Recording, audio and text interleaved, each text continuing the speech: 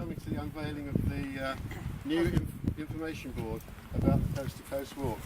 I'd just like to give one or two. I know there are some members of our society that couldn't be here this week. We did have a walk last week, but we couldn't tie the two dates together. But Jane King and Annie Seller, who are Betty Wainwright's daughters, who are our presidents, would have liked to have been here, but have to send apologies. John Nichol is the retired managing director of Francis Lincoln, who bought the Wainwright books when Michael Joseph gave up publishing and sort of revived the brand. And Chris Jesty, he also couldn't be here. He produced the second edition of Wainwright's Coast to Coast Walk. The Society became involved in this project in last year, actually, when I went to a meeting of the rights of way officers across the whole route, and I was told that St Bees were quite interested in having a new information board at the start of the Coast to Coast Walk. So I got in touch with initially Jane, who is the clerk of the parish council, and then later became involved with Doug. And they were very enthusiastic about the idea, and the Society took it on because as this year is the 40th anniversary of the whole walk, we wanted to get the walk waymarked, and we wanted the whole profile of the walk to be raised, and we thought that having an information board here at St Bees and one at Robin Hood's Bay would help to do that. The money we've raised is from our annual challenge and also from our calendar, and what we're hoping is that by placing this new board at St Bees, that it's going to bring the work of Alfred Wainwright to the attention of the general public, as well as providing a focal point for walkers who are just starting the Coast to Coast Walk. And I've already taken 3 photographs this morning before we covered the board starting their walk. Just a few thank yous. I would like to thank Doug Sim, who's the chairman of the St Bees Parish Council, for his great enthusiasm for this project and his willingness to work with the Society to bring this project to a successful conclusion. I'd like to thank St Bees Parish Council for granting us permission to place the board here. To Jane, another person who's I've corresponded with emails for a number of months, never met her before, but she's been sort of great liaising with the Society. From the Society, I'd like to thank the Management Committee for their support for the project. I'd like to thank Caroline, who is here, for organising the challenge, which has raised over £1,200, part of which the funds have gone to provide this board. I'd also like to thank Jenny Worley from the Society, who runs the calendar team, and the sales of that calendar raise about £10,000 every year, and all of that money is going to be used for Coast to Coast projects this year. I'd like to also thank Andrew Stainthorpe, who is our designer. Andrew is a great designer. He runs his own company and he gives up his time, like all of us, for nothing. And I think when you see this board, I hope you'll be sort of really pleased with it, because I think it's a superb design, and Andrew's done a great job. And finally, I'd like to thank Eric. Actually turning up, Eric Robson is the chairman, and Eric has a number of roles and a number of hats that he wears, and I know he's a really busy chap. We did try to get this for last weekend when we had our walk, but unfortunately when I rang Eric, he said, well, I'm doing Gardener's Question Time at the Chelsea Flower Show, so I can't come that weekend, but I can come today. So, and I would also like to thank all of you for turning up, because if we didn't have anybody here, we'd look pretty silly just standing here trying to unveil it to ourselves. So thank you for turning up as well. Doug, if you'd like to say a few words. Just a few words. I mean, Alfred Wainwright's had quite an effect on the village. The 1980s saw us get to our lowest point due to various bad publicity about the beach and, of course, foreign holidays. But amongst all this, the shining beacon which kept a lot of the bed and breakfast going and kept it on the map was the Wainwright Walk.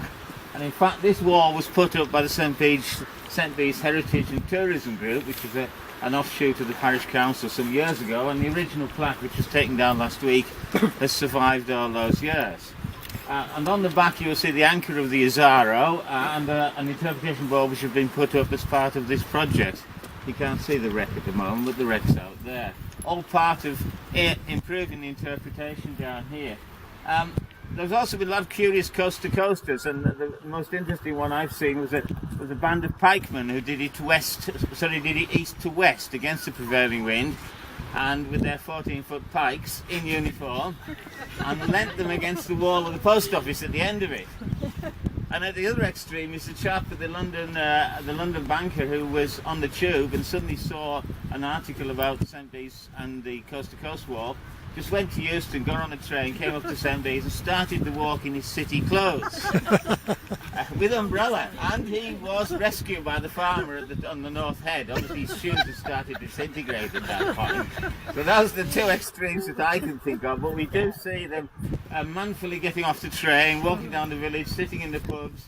And it's been a great thing for the village, there's no doubt about that. Just to talk briefly about the beach here, this is really the first concrete thing that's happening on our beach regeneration, which St. Bees Parish Council is spearheading. This area you see down here doesn't look so salubrious, and that's because last year was a pretty disastrous year for the beach. The bridge over the beck was washed away in the great floods in August, and now restored by the County Council. Copeland Council have to restore the end of the prom, which is why you see all this gravel here, and we hope that will be cleared up in autumn, but that will be like that for a while. The play areas fall into bits, and the Parish Council has decided to take over the play area and through various fundraising to put in a brand new state-of-the-art play area. So in actual fact this project came along at just the right time. I think a lot of years have passed when nothing much has been done down at the beach to promote it. It's just been there and the grass has been cut. I think we're going to promote it a bit more. Not that it's going to become Blackpool, it's always going to be the Bucket and Spade Beach, but this is the only bit of heritage coast between Wales and Scotland. It's the only significant red sandstone sea cliffs in Britain. It's an area of special scientific interest. And in regard to our website, our village website gets 370,000 hits a year. That's unique visitors.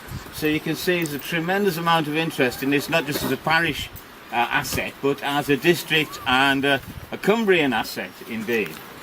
The future, we've got the Good Beach Award. It's up there flying. It was announced last Wednesday. We've talked about the play area, that's going to be done, and we hope we're going to have a better path to the Head.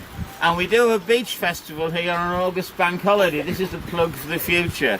And in the morning there's going to be a big it's kind of commando type obstacle event on the beach, and then later in the afternoon and around lunchtime there's going to be a big beach festival here. So that's at August bank holiday, a little plug for that. And finally, we're not just stopping at the beach. I'll just give a plug for the fact that St. Bees is more than the beach. It's the village and it's the priory. It's the history of a village which has got over 1,000 years.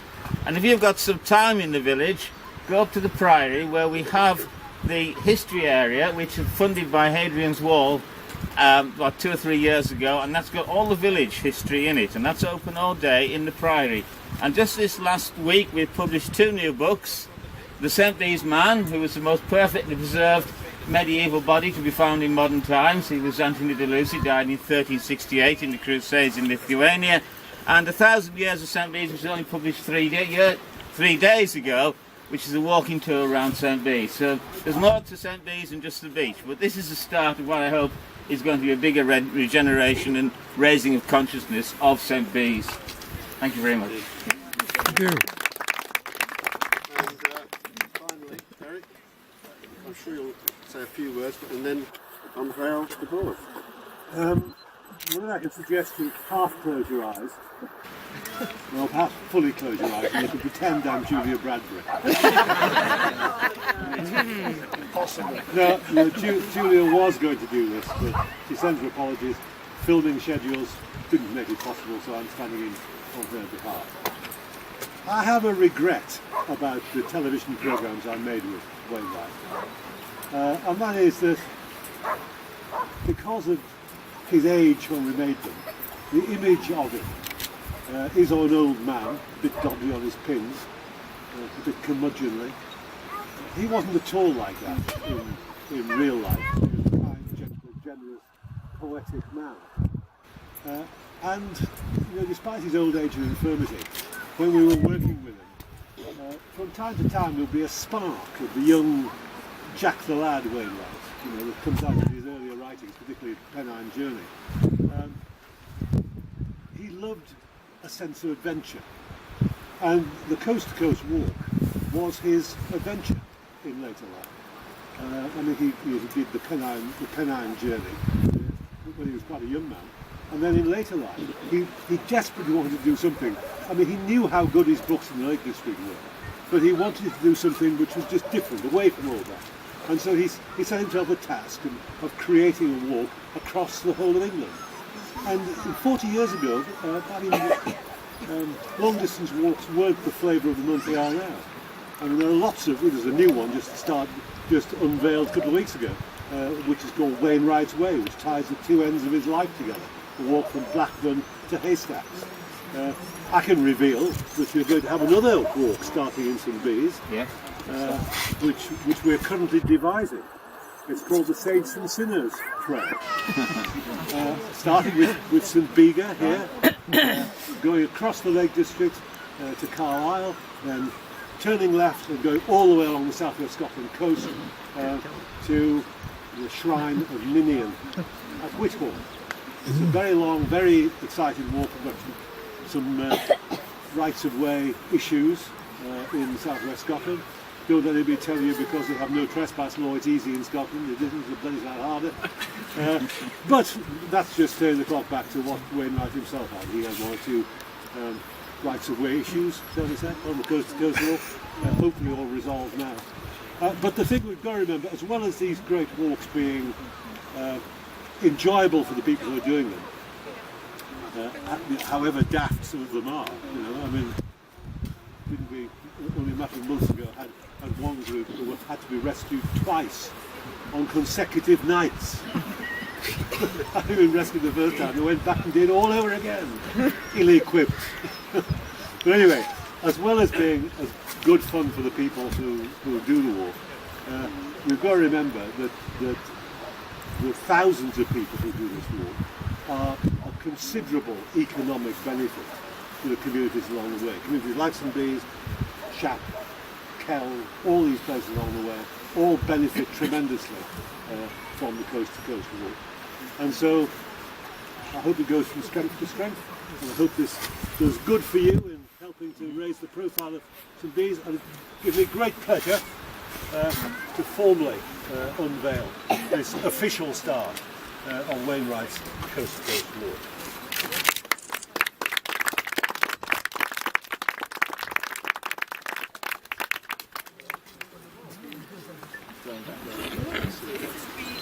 We're just going to hit the bands off it so you can get a good photograph.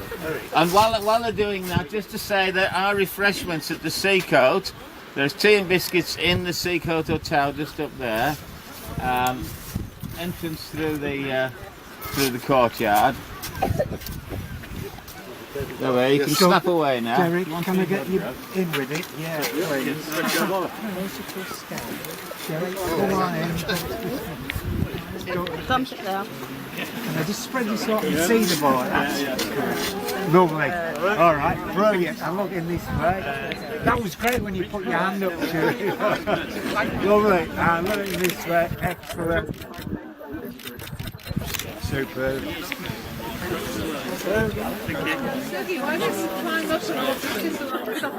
I forgot to say something vital, and I'll tell you it all in a minute. There is to be, I forgot to say this is an addendum to the speech, there is to be a stainless steel banner along the top. It says start of the coast to coast walk, and it will actually have the gradient profile on it. But they've had some problem with laser cutting it, so I said don't hang around for that, we need the board this week. And it's here. And the laser cut profile will be on the top, and that's because so many people had the photographs taken here. And okay, this is just that big. Nice to have a bigger thing which says this is the start of the coast to coast. Yeah, good. Thanks, Eric.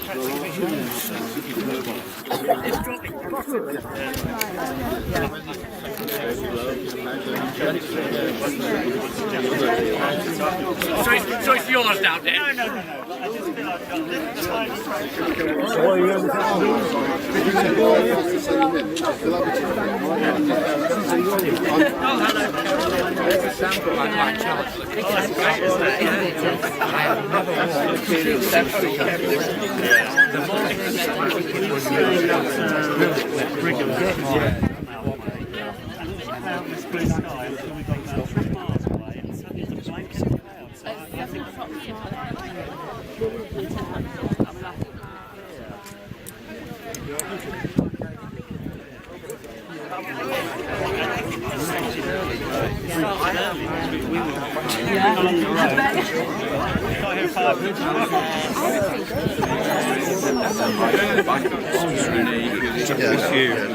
If you have problems.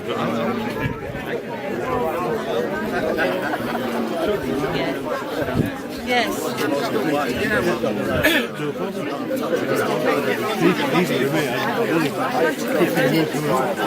I was looking on the ground for my dog and I couldn't find it.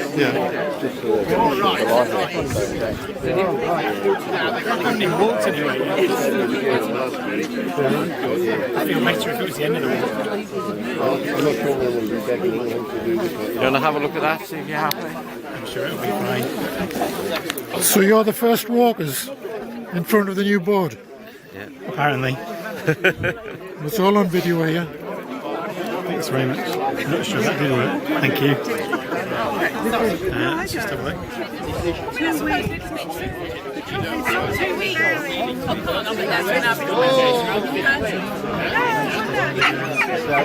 Memory card plays.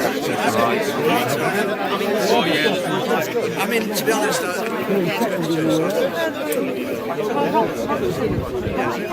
All in the part of the Pennine Way, they coincide, don't they? Yes, they do.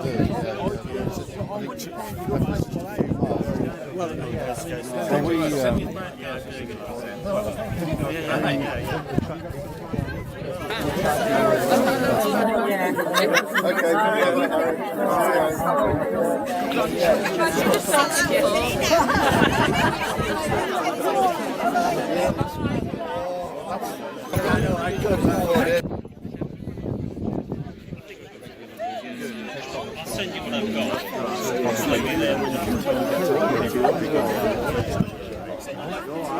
Well done, young man.